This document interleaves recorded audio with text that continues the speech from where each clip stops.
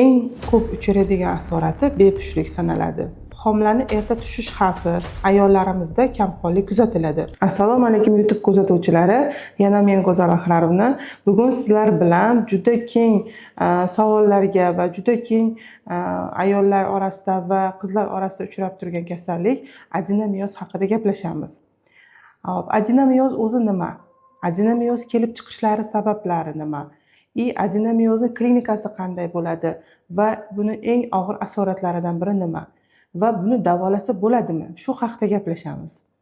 Adenomiyoz bu bachadondagi endometriy hujayrasini bachadonni devoriga, ya'ni muskul qavatiga o'tib qolishi yoki bo'lmasam tuxumdon hujayrasiga yoki bachadon bo'yniga, ba'zi holatlarda bo'lsa qinga o'tib qolish holati adenomiyoz deyiladi. Hozirgi kunda bu adenomiyoz kasalligi juda ham yosharib ketmoqda. Oldin 10 yil oldin, 20 yil oldin bu adenomiyoz faqatgina tug'ilgan ayollarda kuzatilardi. Hozirda bo'lsa bu o'smirlarda, yosh qizlarda ham juda ko'p uchrab kelmoqda. Buni kelib chiqish sababi nima? Buni kelib chiqish sababida juda ko'p teoriyalar bor, sabablari ko'p. Birinchi sababi bu gormonal buzilish. Hozirgi kunda 90% qizlarda ham, ayollarda ham gormonal buzilishlar uchrab kelmoqda. Mana shu gormonal buzilish bachadondagi adenomiyozga sabab bo'lmoqda. Ikkinchisi bu tug'ruqdan keyingi yoki bo'lmasam kesarvadan keyingi ayollarimizda adenomiyoz hosil bo'lishi. Bu nima degani? Tug'ruqdan keyin har xil tug'ruqdan keyingi muolajalar, ya'ni bachadonni qo'l bilan tozalash, yo'ldoshini olib chiqish kabi yoki bo'lmasam bachadon ichida qilinadigan abortlar, bundan tashqari kesarvada qilingan bachadon kesilgandan keyingi o'sha endometriy hujayra bachadonni devoriga, ya'ni miometriy qismiga o'tib qolishi sabab bo'ladi. Bundan tashqari irsiy moyillik ham o'sha bachadonni adenomiyoz olib kelishiga ham sabab bo'ladi. Endi klinikasiga kelsak, nima o'zgarishlar bo'ladi? Bachadon adenomiyozi boshlang'ich darajasida hech qanaqangi klinika bermaydi.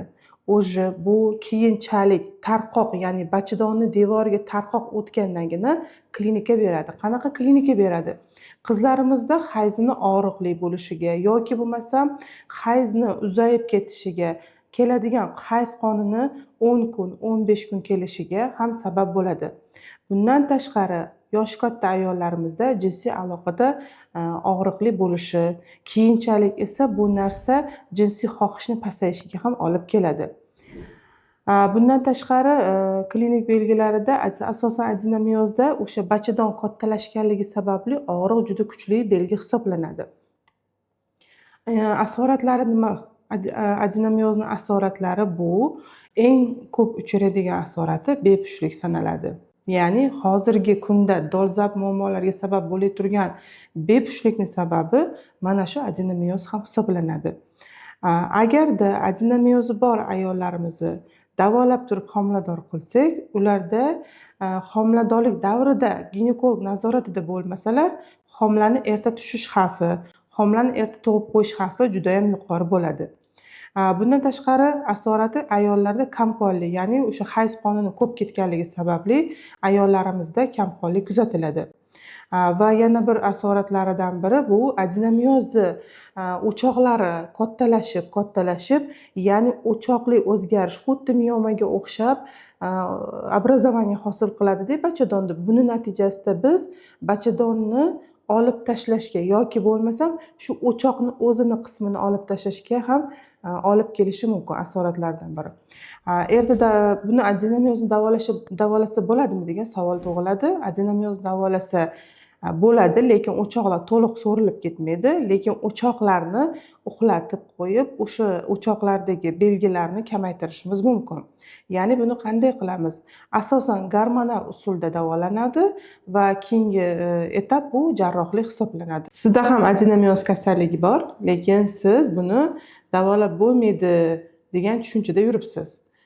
Adenomiyozni davolash uchun hozirgi kunda meditsinamiz juda ham rivojlanib ketgan, turli xil yo'llar bilan davolasa bo'ladi. Ya'ni tabletkalar yordamida yoki bo'lmasam eng yaxshi usul bu mirin spiral qo'yish. Yoki bo'lmasam hozirgi kunda juda ham keng savollarga javob berishga anaqa dolzarb muammoga aylanib kelgan implanon spiral. Именно mana shu adenomiozi borlar uchun eng yaxshi davolash rejasi hisoblanadi. Bugungi temamiz qisqacha shu haqda edi. Sizda ham ginekologik muammolar bo'layotgan bo'lsa, kommentga yozib qoldiring va men bu muammolaringizni YouTube'ga video qilib olib chiqaman.